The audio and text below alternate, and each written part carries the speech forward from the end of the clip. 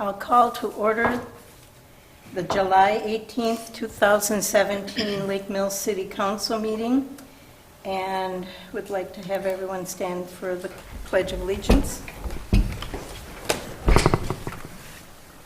I pledge allegiance to the flag of the United States of America and to the republic for which it stands, one nation, under God, indivisible, with liberty and justice for all. We have roll call. Mr. Foster? Here.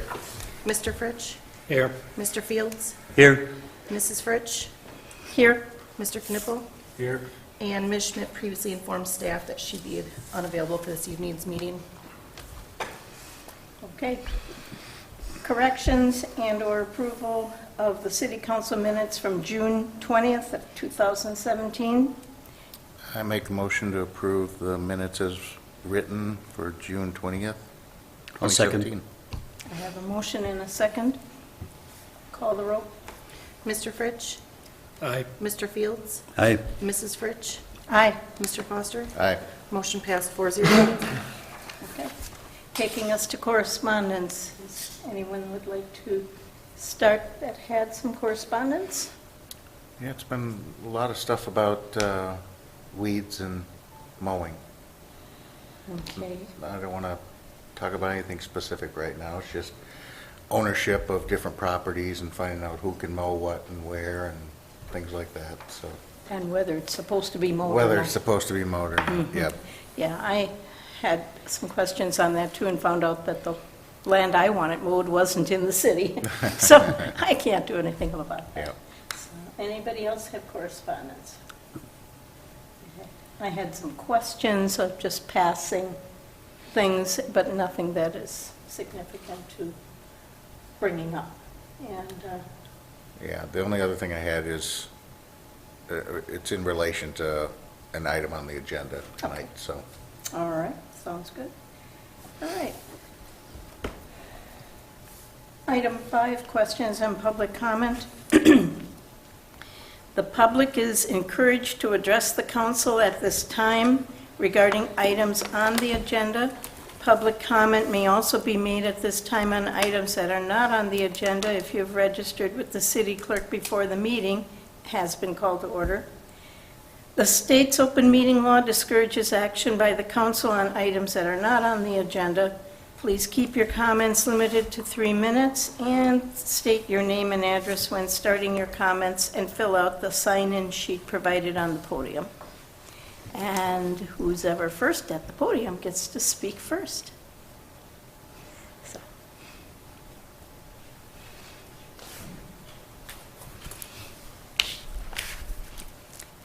Good evening. Hello.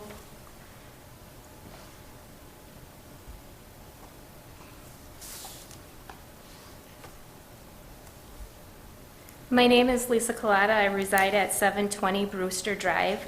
My comments are regarding to item 8D.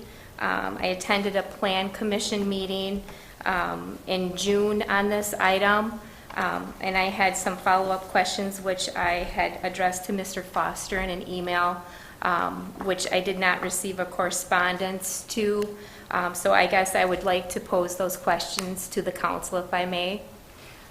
Regarding the development that Mr. Mangan is proposing off of Brewster Drive.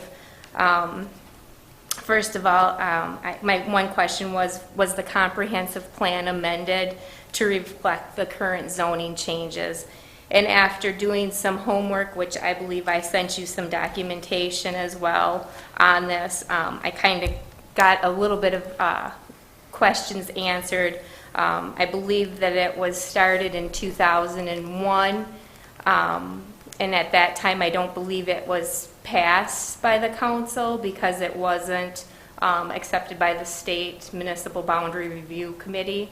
I think it was denied at that time, and then I found out that it had come back in 2014, and at that time the zoning was changed from residential 1 to multifamily. Is that correct? No, that's not correct.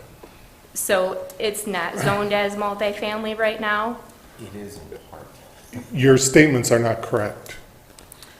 In 2001, in April, it came before the city council, and it was rejected on the planner's recommendation that the developer clean up some items. In August, it came back to the planning commission and was recommended by the planner and the planning commission. And I think in October, it was annexed by the city with approval from the state. And all those documents are available. So what was it zoned at that time? It came in as egg, RD. RD. Which is rural development. That's a holding, sorry. That's a holding district that the city, when it annexes property on the edge, brings something in until a formal development plan comes forward to rezone. So not any different than was done with Lake Mills Market or Culver's or any of those others that have, annexed since that time. We then have a separate rezoning. And then we had a rezoning on the property some 2 to 3 years ago. 2014, she's right about that. Yeah. So it currently is zoned for multifamily, correct, in a PPD? Yes. Yes. So then the plan commission meeting in June was just to change those 3 parcels? Those 3 parcels, so the one property was always zoned R2, and at the time, they thought they were going to be able to put duplexes on there to transition. Turns out that land is unbuildable, and so they came in to ask to just rezone it to R3 Plan Development District to be a part of the rest of the land that the multifamily is. Then there was the small triangular sliver, and then the a very small quarter-acre piece that extends into the single-family, because that's going to be an entry that they wanted. They didn't want it to be a public. It's not going to be a public road going to the north.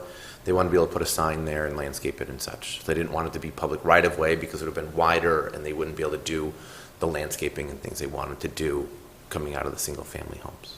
So the item that's on the agenda is to do what the recommendation, or to move those items from the current zoning to the new zoning is basically what this is doing tonight. Correct. Correct. Well, and just a clarification there, this is the first reading of that ordinance. It's going to go through 3 readings before it actually comes, if it gets that far, before it actually becomes an ordinance of the city. Right. But it's kind of a moot point because it's already zoned for multifamily in a sense. It is. The bulk of the lands are zoned multifamily, except for the pieces that we're highlighting here that the Okay. petitioner has asked for. And so your comprehensive plan was amended to reflect these changes? Includes it as multifamily, mixed residential. Right. So it falls into your comprehensive density requirements? Yes. In fact, the density is very close to single family in overall density. Okay. My question is because obviously you know where I live. I'm the only house on Brewster Drive. When we purchased that parcel, we were under the understanding that there was going to be development there, but it was going to be single-family development, not multifamily. And that was some of the documentation I sent to you, Mr. Foster, with your maps indicating that it is R1. So our realtor told it was R1. We looked on your websites, it was R1, because we would have never purchased the property had we known that it was going to be multifamily.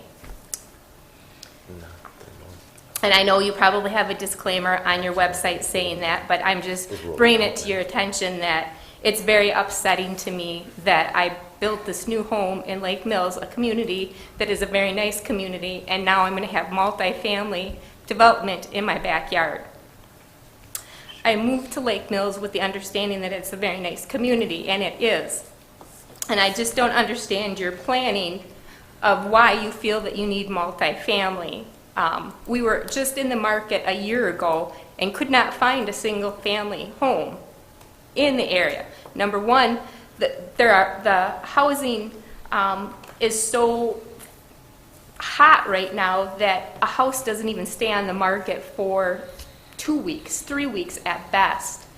I would think that it would be better if you had single-family dwelling and build your community as a nice community and not multifamily that has issues. As I pointed out, if you read in your paper, all of your, not all of your issues, but a lot of your issues come from the apartments that are on County V. When you have this nice of a community, why would you want that?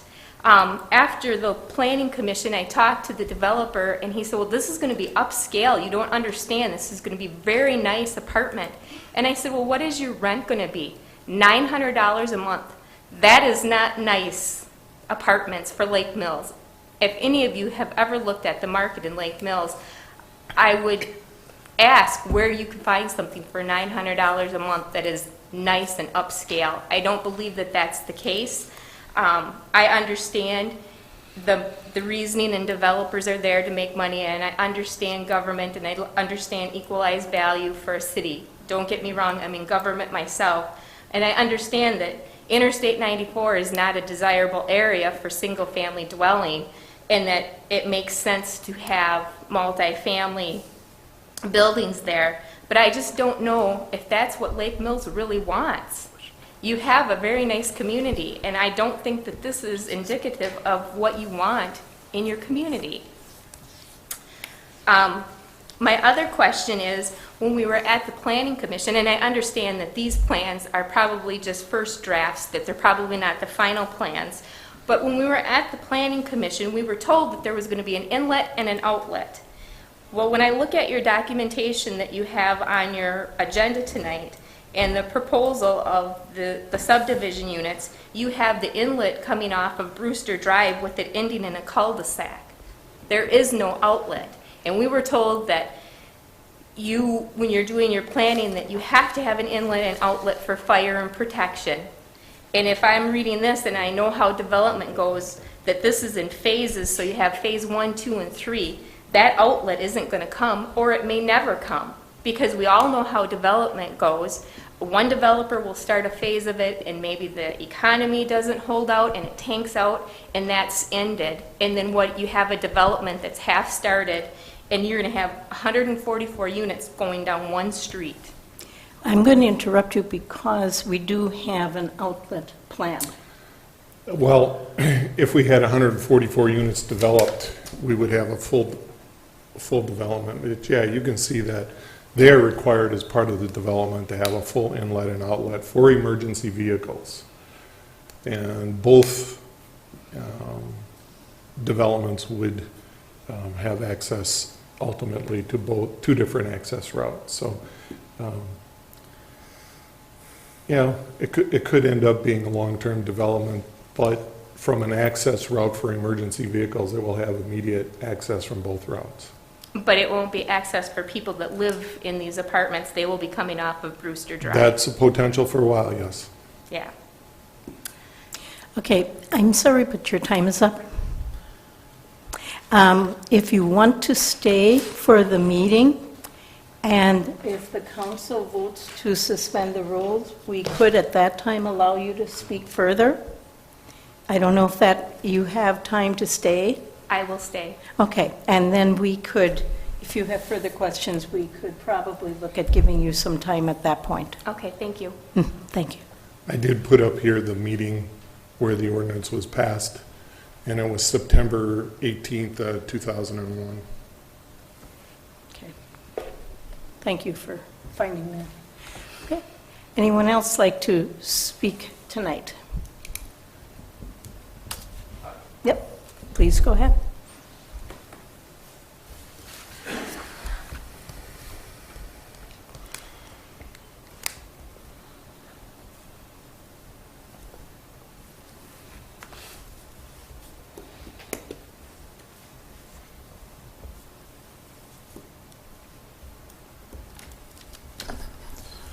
Good evening, Council.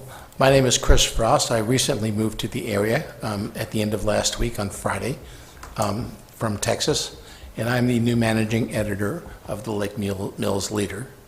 I just want to take a moment to tell everybody just how wonderful everybody has been. Now, when we got here, my wife was a little concerned. She's like, "Oh boy, another new town, the life of a married, journalist's wife." But everybody has really reached out to my wife and reached out to me, and made us feel welcome and part of the family. I'm looking forward to working with everybody in the community and looking forward to bringing you the best newspaper you've ever seen in the very near future. I don't have a whole lot to say, but I just wanted to take a moment, and I did meet your president this afternoon, and she gave me all kinds of good stuff for me to bring home to my wife and see about trash collection and stuff like that, which works out really well. And my landlord has been very wonderful to me, and thank you very much. Thank you for coming to the meeting, and I'm sure everybody watching at home tonight is happy to get to know who their new editor of their newspaper is. So thanks for coming. Anyone else like to speak at public comment? All right, seeing no one else, we'll close public comment, and we'll move to item 6, the city manager's report.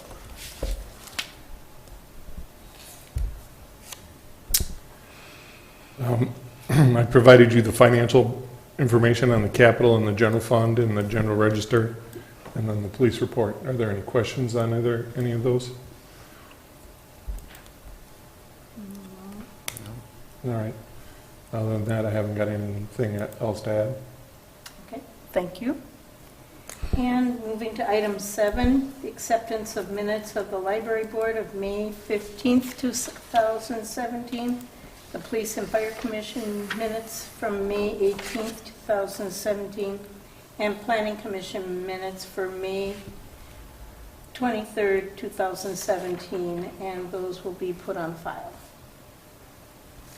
Okay, item 8, council business, miscellaneous licenses. We have a group of renewals and some new licenses, all of which were listed in our agenda. So I guess I'll entertain a motion to approve the renewals and the new, unless you want to split it. I'll make the motion. So we'll To, approve the licenses. okay, all of them. Yes, all of them. All of them. I have a motion. Is there a second? And second. Okay, I have a motion and a second to approve the tavern operators licenses. And for those of you that are at home, like I said, it's on the agenda of the lists of all the people. And if you have access to a computer, you can go to the website, and all of that information is there for you too. Okay, call the question. Mr. Fields? Aye. Mrs. Fritsch? Aye. Mr. Foster? Aye. Mr. Fritsch? Aye. Motion passed 4-0. Thank you. B, discussion decision on Frontier Utility Work Estimate. This I assume would go to Steve, or who is that going to? That's going to me. Okay.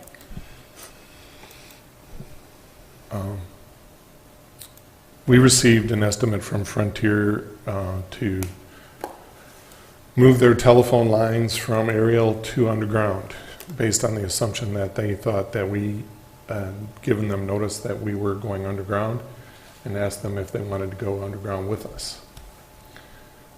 They came back with this proposal stating that it was moving underground was a beautification item, and that they would bill us $111,734.55 to go underground. And I wrote a memo, and I provided you a motion, which basically I'm assuming probably gives you a little bit of an idea that I thought that this was not in our best interest. I believe that by the time it's done, they'll have wished they were underground. But I don't think it's in our best interest to pay $111,000, almost $112,000 for them to put their lines underground. If they believe that landlines are a good investment, then I imagine in the very near future they'll be coming out anyways. Can I ask what's usual and customary in past situations? Historically, Yeah. the city and the state order them to get out of the right of way. So they just move the lines. So basically, and correct me if I'm wrong, what we're kind of doing is offering to put their line underground along with the other utilities that we're putting underground. We offered to do it for them, not at, they still had to buy all the materials, but we would put in the conduit and we would pay for all the pulling and everything. We accumulated all the easements, we did all the basic work.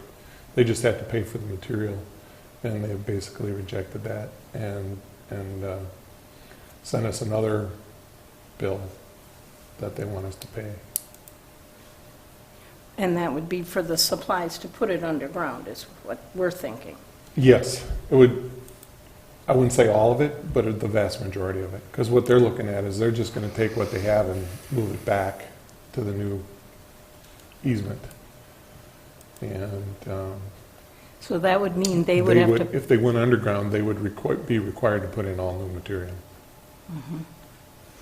And if they do keep it above ground, then they would have to put up poles to do that, when everything else is not going to have a pole. Right.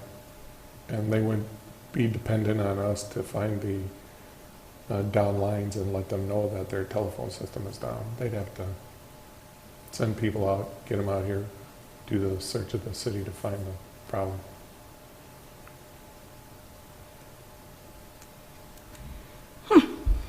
Well, very interesting. It's So in interesting. other words, this would be kind of, they're saying no to the idea of putting everything down because they, would their, They're not saying no. by putting They're saying, putting yeah, their on your dime. stuff underground, well, let's put it, let me rephrase that. By keeping their stuff up, would their expense be less than putting it underground? Yes. For the initial move, yeah, I would say it would be less because even though they have to move all the poles, they still have the same telephone boxes, the same lines. They just slide it over a little bit. If they go underground, they're going to put in all new wire, all new boxes. So they would have additional costs.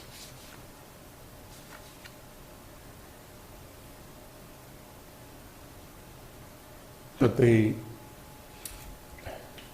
in the right of way at our pleasure, generally, till the state made us some modifications into that a couple of years ago. But I don't see the advantage in paying for a technology that even they assume isn't going to last that long. Otherwise, they pay to move the line. Now, this shows just the south end of Main Street for this section. Are they going to have more lines that'll be need to move as we go further down the road? Most Main of their Street? lines are in the back, Okay. and so, no, they would not. Their lines used to run with ours in the backyards. Well, we do have a motion to look at, but we haven't put it on the table yet.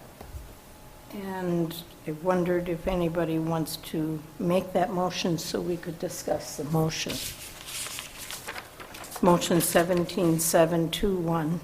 Can we have you read it first? Or- Do you want me to read the whole motion?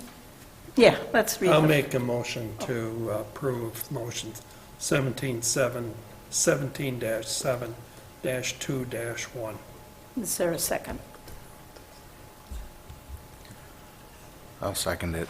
We have a second for purposes of reading. Okay, thank you. Please read it.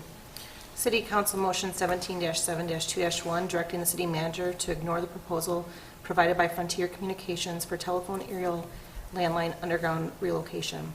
Whereas the City Council of the City of Lake Mills, pursuant to authority conferred by Wisconsin state statutes, may grant the city manager the ability to accept and/or reject proposals to improve the public right-of-way. And whereas the City Council has reviewed the Frontier Communications proposal provided as part of the South Main Street reconstruction project by the state of Wisconsin and the City of Lake Mills. And whereas the staff has reviewed the Frontier Communication proposal and made recommendations regarding the proposal, be it therefore moved this 18th day of July 2017 by the City of Lake Mills. Can you read this last sentence for me? She needs a drink. The city council does hereby direct the city manager to ignore the proposal passed this 18th day of July 2017. Thank you. Okay, we have a motion in front of us. Now we can continue our discussion. Does anyone have anything to say about the motion as it's written and or want to make a amendment to the motion or just want to call the question to vote on the motion? I got a question. So if we reject their proposal, then they would bear the expense of moving the poles and all that? Okay. The only way they don't bear the full expense of a move is if we pay to have them go underground. But cable came off the poles and went underground with us at their own expense. And so you get kind of a feel for what the situation is. They feel that they have a technology that isn't going to be there very long and they're not going to pay to move it. And I don't know that it's in our best interest to pay to move something that they'll probably have out shortly anyways. Do you see anything coming up in the future about this from them? Once we tell them the poles are disappearing and They're going to do what they're going to do. They're going to move the poles. We're going to tell them that we vacated the poles and that they then own the poles because charter's gone, we're gone. So then the state is going to send them a notice tomorrow telling them that they've got a certain number of days. In fact, I think it's October 31st or November 15th to get those poles out of their way. And so they'll have to get someone in there and get it moving. yeah, so they'll bear the brunt of removal and whatever they're gonna do. And that could be substantially more. I think that it would be cheaper than going underground, Yeah. even with our assistance, because they did have to buy new material.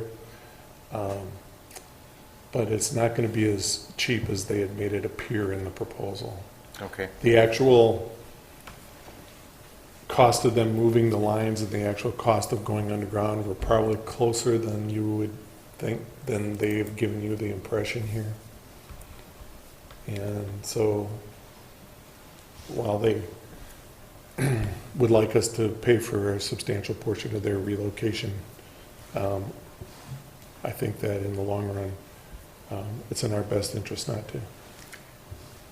Is there any possibility, I assume that fiber optics would have been laid underground?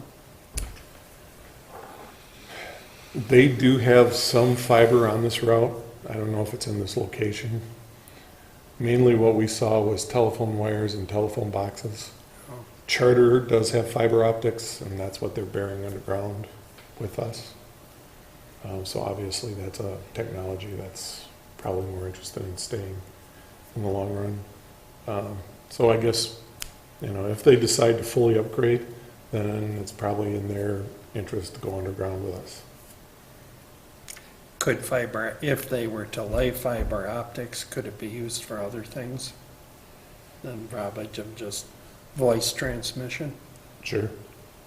Fiber optic has a broad range of possibilities for which I'm sure they're going to try and make every penny they can out of it if they put it in the ground. Yeah, it just depends on how many pairs they put in at one time, what they can use, What do you mean by that? how many pairs of wires they put in there. Oh, Actual number of. Fiber line? Yeah. Yeah. Yeah, technically it's not wire, it's fiber line, and depending on where they lay at, what kind of system they use, I mean, some of them just use bigger glass. Yep. Some of them put in more fibers. Or they put in repeaters and, Right. Yeah. Depends on what kind of change system you have. But a lot of them prefer the thicker fiber, because when it gets cut, you don't have to repair all the little ones, which is what they do now with the wire. They have someone that gets in there and they have to find each one of those wires, match them up, and then clip them together. That's a little bit more difficult with fiber when you even now, I mean, 20 years ago, it was $100,000 an hour to fix fiber. And it's still not cheap. It's probably still in the $20,000 an hour range. So you want to cut it if you don't have to. You mentioned that part of their service in Lake Mills is done behind homes. Is there anything that would stop them from moving the current poles from South Main and putting it in the back of people's lots? No, that's up to them. But I they don't could anticipate do that that. they would make that effort. Okay. Because again, once you start buying new easements, it pushes the cost up. Mm-hmm. But I'm not going to pretend like I know what their full set of plans are now. This is a pretty thin estimate. Mm-hmm. I guess they'll have to decide that. Right? Yep. Any other questions or comments about the motion that's in front of us? And call the roll, please. Mrs. Fritsch? Aye. Mr. Foster? Aye. Mr. Fritsch? Aye. Mr. Fields? No. Motion passed 3-1. Okay. That takes us to item C, discussion decision on bid award contract LM 517, the fire station floor rehab maintenance. Okay, and would that also go to you, Steve? Yes. Okay.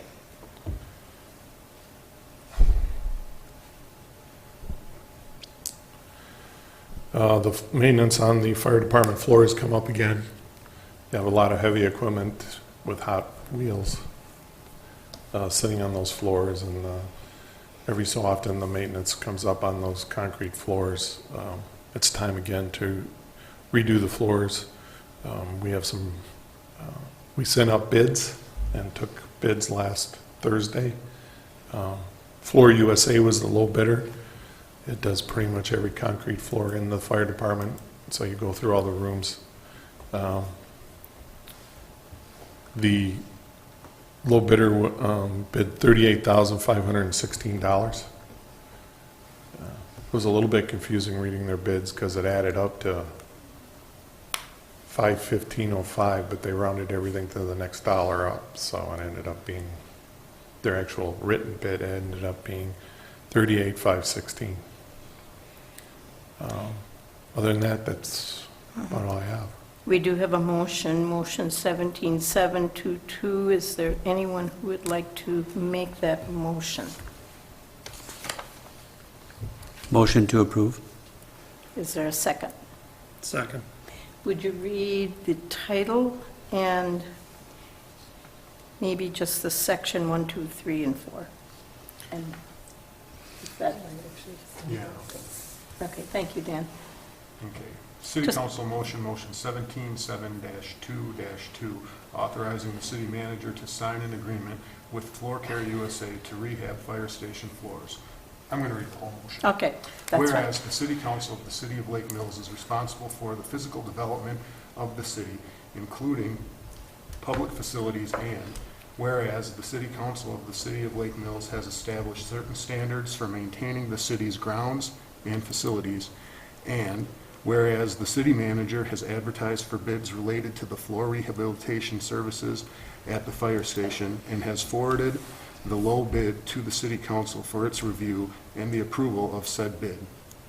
Be it therefore moved by the city council of the city of Lake Mills, Wisconsin as follows. Section 1, that the agreement for floor rehabilitation services, which is consistent with the bid, a copy of which is attached hereto and made a part hereof, is hereby approved.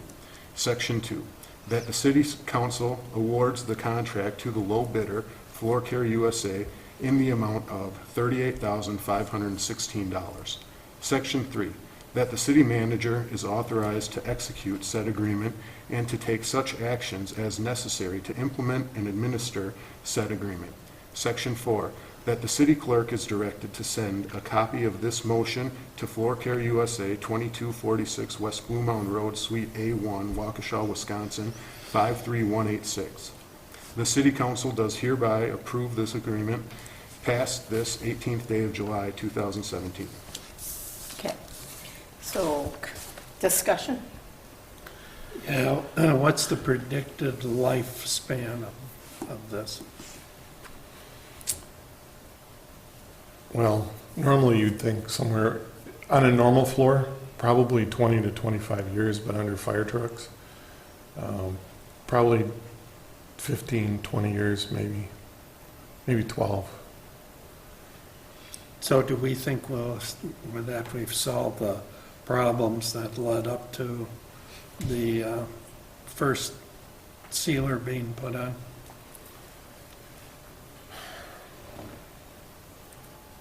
The last flooring lasted for 13 years.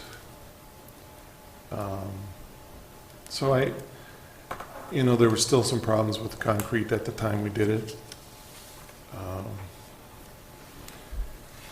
And if I'd known at the time what the issues would be now in relationship, what happened was they stored the steel for the building on the floor, and the rust stained the floor. And it was a clear sealer that they were going to put on there, and the fire department wanted the floor cleaned. And they brought in some diamond grinders, but once they got through the initial finish and they got into the fiberglass, it really roughed the floor up. So then we went into an epoxy, which didn't last very long. And so then we came back with this flooring process, and it's done pretty good. So I think now that we're through that next cycle and got the pretty good sealer on there, it should be all right. I don't know that it'll ever be as good as it could have been, but. What is it about fire engines and floors that's different than everybody else's floor? Well, you shouldn't say at everybody else's floors, but fire stations, truck terminals, even DPW buildings.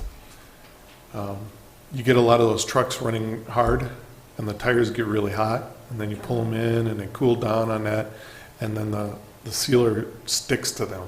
And then the second you drive away, it comes up with it. And then, you have a lot of, they wash those things a lot, and you have a lot of chemicals on there, and same with DPW trucks, you got a lot of salt and other types of chemicals, or at a truck terminal, and so, and the vehicles are much heavier than a car. I mean, you're talking about thousands of pounds instead of a couple thousand, so weight, heat, use, turning motions all make a difference in how the floor sticks, so. Okay. So this isn't a problem that's unique to the city of Lake Mills? As a This whole, is- no. I understand that earlier issue with the rusting beams, that's unique. But now we're back down to normal use and so forth? Yep. Okay. As a whole, the concrete floor hasn't broken up or had any issues like that. It's a solid, high-quality concrete floor. It's just that once you took that initial fine finish off of it and went and got into that rough finish, it with the fiberglass in it, it made it a little bit more difficult to deal with. So if we go with this, what doesn't get paid? Because it's like 8,000 over. And then what guarantees do we have? Or I wouldn't say guarantees, warranties do we have with this company? They provide a warranty, so it's a warranty that's standard in the bid, which I think was 2 years. It's not unusual for us to have bids that we take at this point in time and look at the end of the year and see where we can move money from other accounts that didn't get used as heavily as they might have.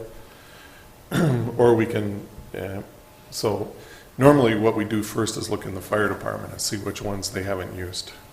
And then, let's say their tool replacement one didn't get used as heavy as it might have in a normal year, then we would shift some of that money over and we get as much money there as we can, and then we may look at another fund and say, okay, that one's got some money that's left over. Well, and then it comes in a resolution at the end of the year, which we do every year, and you see it at every December council meeting.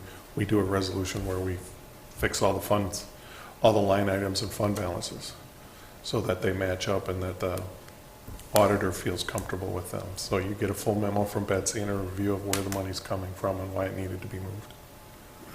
Perfect. That's what I wanted out there. So we'll get that taken care of. Any other comments or questions before we call roll call? Seeing none, would you please do that? Mr. Foster? Aye. Mr. Fritsch? Aye. Mr. Fields? Aye. Mrs. Fritsch? Aye. Motion passed 4-0. Okay, that takes us to item 8D, Ordinance 1179, zoning amendment request from Robert Langdon, changing the zoning from two-family residential R28 and single-family residential R14 to multiple-family residential R312 with Planned Development District PDD on Brewster Drive, a portion of parcels 2460714, 0732, 000. And, well, let's see, that one's only one different. So 2460714, 0731, 000, and this is the first reading, and therefore we need to have a reading, right? Yep, and I'll read it. And Dan will read it. Thank you. Ordinance 1179, amending section 1032 and the official city map of the city of Lake Mills, official city of Lake Mills zoning map, city of Lake Mills, Wisconsin. The city council of the city of Lake Mills, Jefferson County, Wisconsin, does ordain as follows. Section 1, section 1032 and the official city of Lake Mills zoning map are hereby amended to zone portions of the following property from single-family residential R14 and two-family residential R28 to multiple-family residential R312 with planned development district per the attached zoning exhibit. Property location. Portions of property located on Brewster Drive with parcel numbers 2460714073200 and 2460714073100. Area 1 of the attached zoning exhibit is a portion of Lot 1, parcel number 2460714073200, and is amended from two-family residential R28 to multiple-family residential R312 with planned development district. Area 2 and Area 3 of the attached zoning exhibit are portions of Outlot 1, parcel 2460714073100, and are amended from single-family residential R14 to multiple-family residential R312 with planned development district. Section 2. Any ordinance or part of any ordinance that is inconsistent or in conflict with this ordinance is hereby repealed and replaced. Section 3. This ordinance shall be in full force and effect upon passage and publication as provided by law, adopted this day of 2017. Okay, so this is the first reading of 3 readings, which will be in 3 consecutive meetings, and unless something happens. And Steve, do you want to start us off, or is Dwayne? Yeah, I'll start. Okay. Dustin? I'm Dustin, sorry. I'm taller than Dwayne. Yeah, everybody's taller than Dwayne. I guess I'll start. I was here in 2001 when I was approached by Bob Mangan about annexing the property and developing it. He at that time proposed multifamily. The city basically told him that he needed to annex before we'd have any conversation, so he went through the annexation process. The town chairman at that time was Larry Spatansky, who was notified and came to the meeting in April. He didn't attend any of the other meetings. Mr. Schultz did. The neighbors in the area were notified, similar to what we do now. The conversations at that time, once the property was annexed, was that he came in for a zoning request and was told that, and you remember, he was told that he had to have, his proposal had 2 long cul-de-sacs. One that came in over on this side and came in and got up to the creek and dead ended right here. And one that came in from over by the, down on this end, and came up and dead ended right in here. And the Public Works Board rejected that based on staff recommendation. And he was told to work with the forests, Boyd and Patricia, to get a secondary route on this side of the creek before we would allow him to develop. Now, we did approve a 40-unit complex over on this side at that time. He never did take advantage of that. He continued to work on this one. He got an agreement with the forest to push Brewster up to that point where it currently dead ends. He paid for all the public infrastructure improvements. And it was known at that time that his proposal was to do multifamily up on this north end. And that was consistent with what we anticipated would be coming out of the comprehensive, out of our zoning requirements anyways, because first of all, we had our desires to keep a certain amount of multifamily in conjunction with the single family so that we don't go against federal law.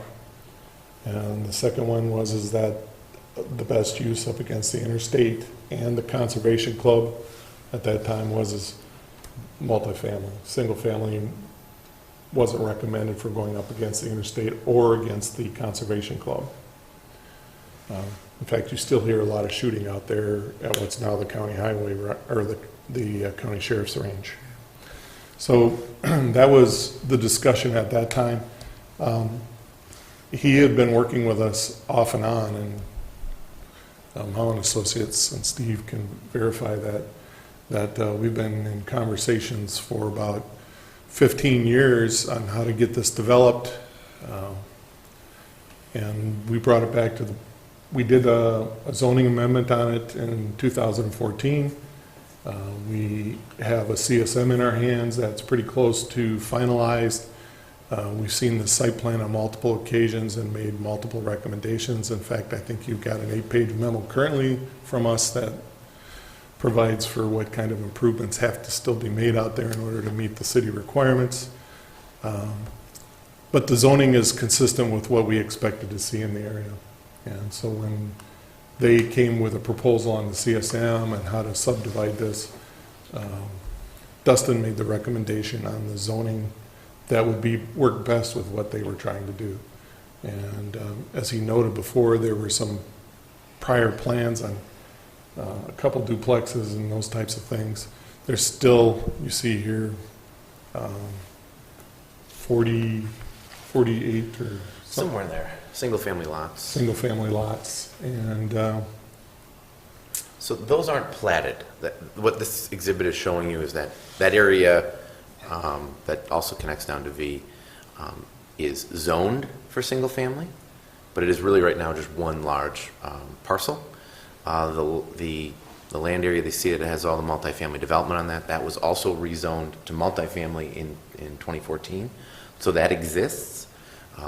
Requirements of those rezoning in that development plan, which was approved by both Plan Commission and the council at that time, said you must have a secondary ingress egress for emergency services. That has to be constructed immediately. So that's the, I don't know if you can point that out. That's the utilities also have to be loop. So that's going to be a utility loop, and the area that isn't paved initially will be gravel and passable by police fire protection for those purposes. With phase 2 of the development, then a roadway will have to be installed. So the west half of the development, in essence, is phase 1. The east half is generally phase 2. As Steve had indicated, we had initially rezoned, you can see the hatched area on the far west edge. That was to be rezoned, or was zoned at that time in 2014 to R2, which allowed for 2-family development. Again, the idea was to transition from any single-family to the south before you get to the multifamily. Unfortunately, most of that hatched area is wetland, so it's unbuildable. And whatever isn't wetland either has some other environmental constraint or steep slopes, so it can't be built on. So the development plan that you're seeing there was the one for the multifamily, was what was approved back in 2014. And truthfully, without this rezoning, it could still happen. The rezoning really is to tidy up the map a little bit. We'd have an R2 land sitting out there that can't be built on as R2, but if it's included as part of the entire development, it can benefit the full development in reducing kind of the overall net density of the site. So what you have out there right now is some almost 22 acres that's already zoned for multifamily. They were looking to add this other 5 odd acres to it. The density would then come down to 4.75 units an acre, which is slightly more than a single family, which is 4 units an acre. And that land would be owned and maintained by the owner of the multifamily development. So just tidy some things up, if you will, from the city's perspective and from the developer's perspective. And that's that little area That's the up by the wetland you're talking about. that area is, And that's the main reason is for density. it does help immensely by bringing the density down and keeping it with the multifamily development. Actually, our code allows up to 12 units an acre in multifamily. So this is far, far below what is permissible. Just because the code allows it doesn't mean it works in every site. And Right. you'd really be trying to shoehorn something in out there. The small kind of quarter-acre size piece that's at the north end of the single-family area, as we talked about a little bit earlier tonight, really that's an entry, and they wanted it to be private. They didn't want it to be public, so it wouldn't be fully dedicated right-of-way, which could be 60 to 66 feet, and then having a public road, stub street, that the city would have to maintain. In essence, it will be a driveway that will have landscaping and signage for the multifamily development. The rest of the loop roads that you see in the site are all private roads, which isn't uncommon in multifamily developments. They are built to city standards to make sure that fire trucks can get through. And I should say, this portion here is built just like a city street except for curb and gutter. And then the rest of it has the width and the capacity to handle emergency vehicles. So the part down here on the east, the outlet, yeah. is there an existing, is that at that existing road that's there right now? Stubs out to that area. It comes out by the party marked onto County Highway. So that is that one, and now that's all in the city already? Yep. Yes. Okay. Yeah.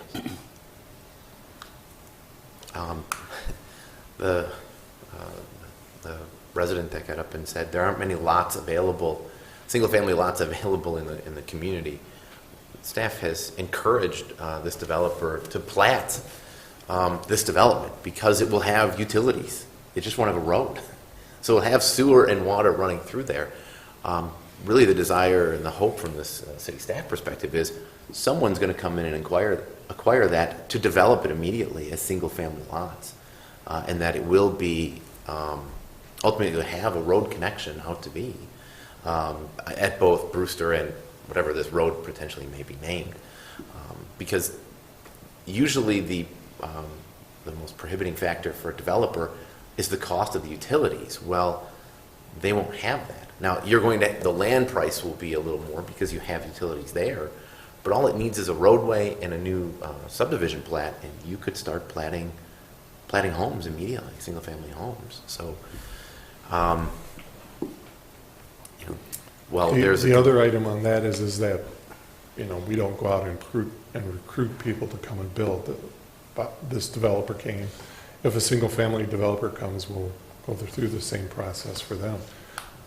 We would not tell them to go away. In fact, we've been doing everything we can to encourage them to come. But there's still a pretty good inventory of single-family lots out in other communities yet, and so the developers haven't pushed into Lake Mills yet. They've taken advantage of, all the lots that were available in Oconomowoc and Madison before they're gonna start building new again, because right now you can buy a single-family lot for significantly less, a developed single-family lot for significantly less than you can go through and do the whole development again.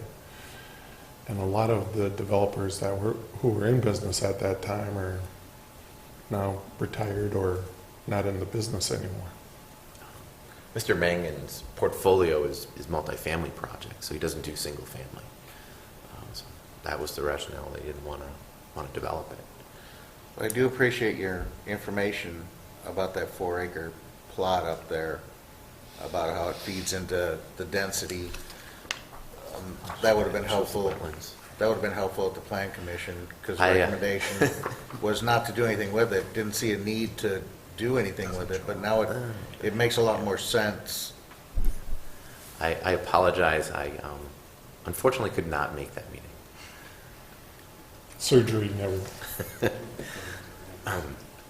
I have a question about the wetlands. Now, are you designating this as a wetland in which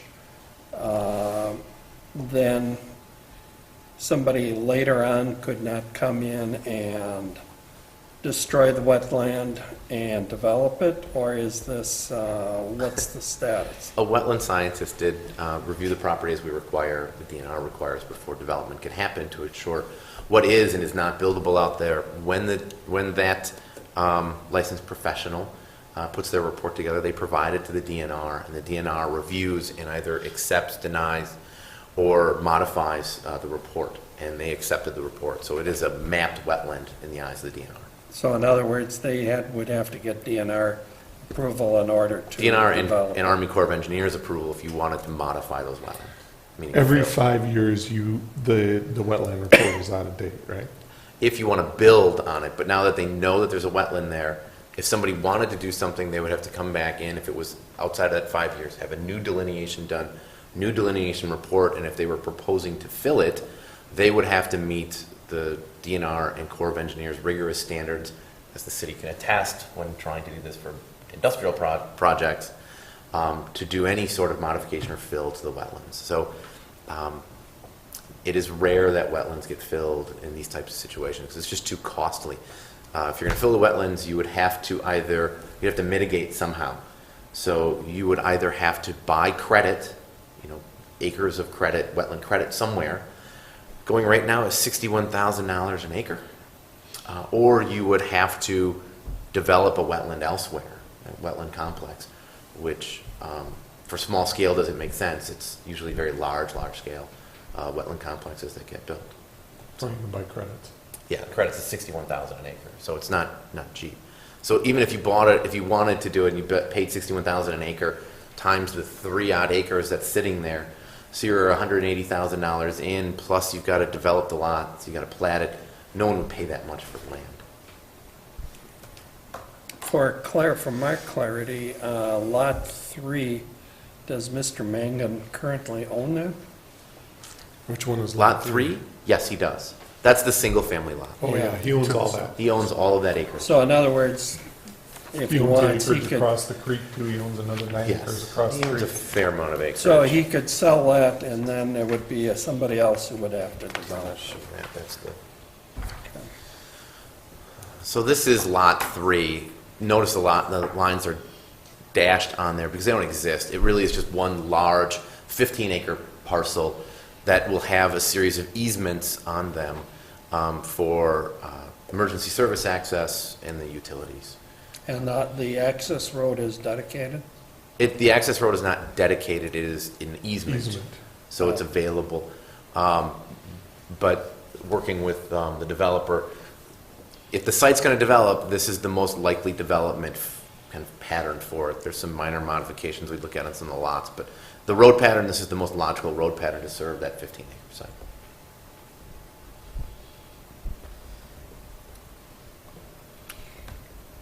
Would we like to give our speaker from earlier a chance to Is there a motion to suspend? Yeah, I'll make that motion to suspend the rules. I'll second it. Okay, we need to vote, right, on that? Yep. Okay, would you call the roll on that? Mr. Fritsch? Aye. Mr. Fields? Aye. Mrs. Fritsch? Aye. Mr. Foster? Aye. Motion passed 4-0. Okay. You have permission to come back up to the podium and kind of pick up where you left off or ask questions if you have some, I think. Would that be okay, if she asks questions? Certainly. Yes, okay. So, Thank you. Thank you for waiting. So I guess my question after your discussion is, in your packet, you have the document that shows the multifamily, and then you have lots 1, 2, 3, and 4. Is that not in the wetland area? In which document are you She's looking? talking to CSM. Do you want to, Oh, you have the older CSM on the... This was what was why in don't you your- bring it over and show them what you're talking about? So that everybody's on the same page. This is what's on your website. That was what was proposed in 2014. That's why we changed the zoning. Yeah, that was included as part of the information in 2014. So this is indeed wetland? Yes. Yes. And that's why, you remember you said those were R2 zoning? Yes. Yeah, and you can't build there, so it's no use to So- have. And that's why when they proposed the development coming over this way, it didn't make sense because they would have to cross the wetland. Yes. And a creek, which was too expensive. Right. This is the current CSM that's being proposed. You can see, not helping anybody at home watching this, but this is the area you're talking about. So there's Brewster, right? This is the piece of property. You see, all of this is platted wetland here. And then you have steep slopes. So the area they thought they were going to be able to put two-family units on wouldn't be allowed. Right. So my follow-up question then, I guess, Thank you for going back to the mic. yeah, is that you had said that if it were zoned multifamily, do they have, once it's wetland, even if it's multifamily, they cannot do anything with it? Correct. Correct. So really what we're talking about is 3 phases of multifamily, and then to the south, or lot 3, would be the single family. Correct. Correct, okay. And the zoning, Well, 2 phases unless they decide to do a third, but it was initially 2-phase for multifamily. Three-phase total, 2 phases of multifamily. Yes. and currently, the way that they have this, which is not a set plan, because they still would have to bring their plan back to the Plan Commission and then the council, or not? No. They received approval in 2014 for the layout. So they could move ahead with it today if they wanted to? Absolutely. And that was, Mr. Wilkie alluded to, kind of another review that was done by the engineer on some of the utility requirements. They got a long laundry list of items that need to be corrected so they can get to the point of building the infrastructure and then pulling permits to build buildings. Yeah, technically, this is a cleanup. So then again, I go back to the question of the inlet and the outlet, because the way that it is now, the outlet wouldn't necessarily be there until they completed the single-family development. No, Well, no. the road would be put in. The roads will be put in, but the secondary access at this juncture is only for emergency services. Right, so the traffic It's not a would- public access. no. Right, so all the traffic would be coming off of Brewster. Until this point where they started to do the second phase. So phase 1, yes, would come off of Brewster, which can handle it. And then phase 2 would require a secondary access. Okay. Well, I mean, you can tell that I am really opposed to this, and I feel very disappointed in Lake Mills. Thank you. Thank you for coming to the meeting. Any other comments or questions at this time? Again, this is the first reading of the ordinance. It will be Yeah. back on the next I agenda. got one question.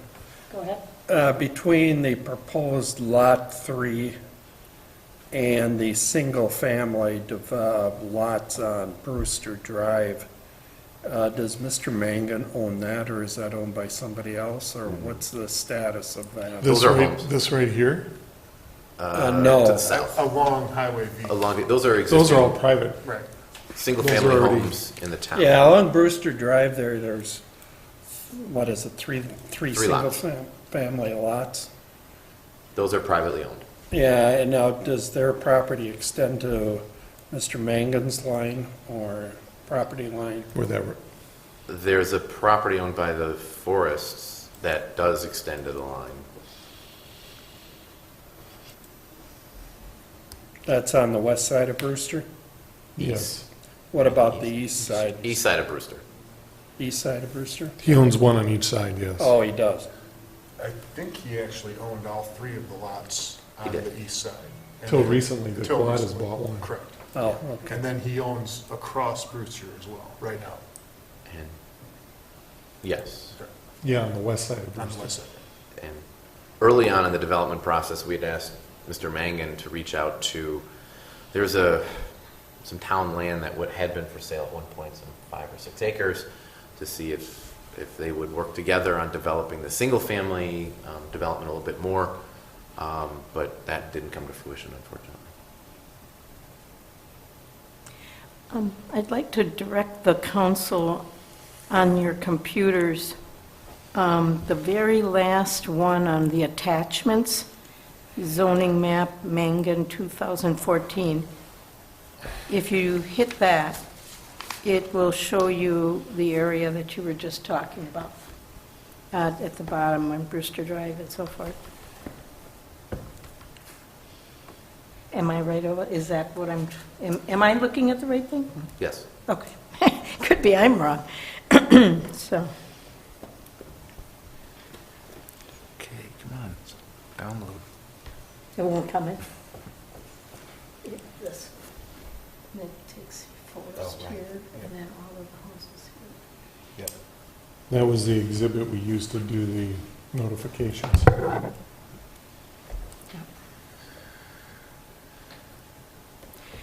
Any other comments, questions? Otherwise, we can move off of this item. Okay, all right. So, moving that to second reading then at the next meeting. And we go to item 9, recommendations for future agendas. Anybody have one that they want to put on at this time? Otherwise, it can be done at a later time. Vicki had the one about Club 55 Okay, can you- that Carol Burrows brought Oh, yes.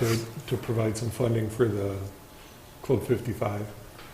And I think we have the library annex bid, the raising of the library annex. Oh, yes. Oh, okay. Something there, huh? Yeah, that'll be on that agenda. What else did we talk about, Misty? Is that it? AMI? Oh, yeah, AMI advanced the automated meter infrastructure. The automated, what? Meter, the electric and water Oh, and sewer okay. meters. That Public Works has been dealing with it. And I might add, the stained glass window has been removed from the Yes, it has. library annex in one piece. Yay.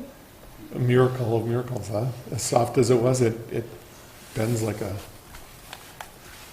piece of Right. paper. For the people at home, we're talking about the stained glass window that was in the old annex building where the library, Friends of the Library had their book sales. And we did vote to take that out of the building. And it is now out and in safekeeping. Okay, well, good. Thanks for whoever was responsible for doing that. Gerard? Oh, okay.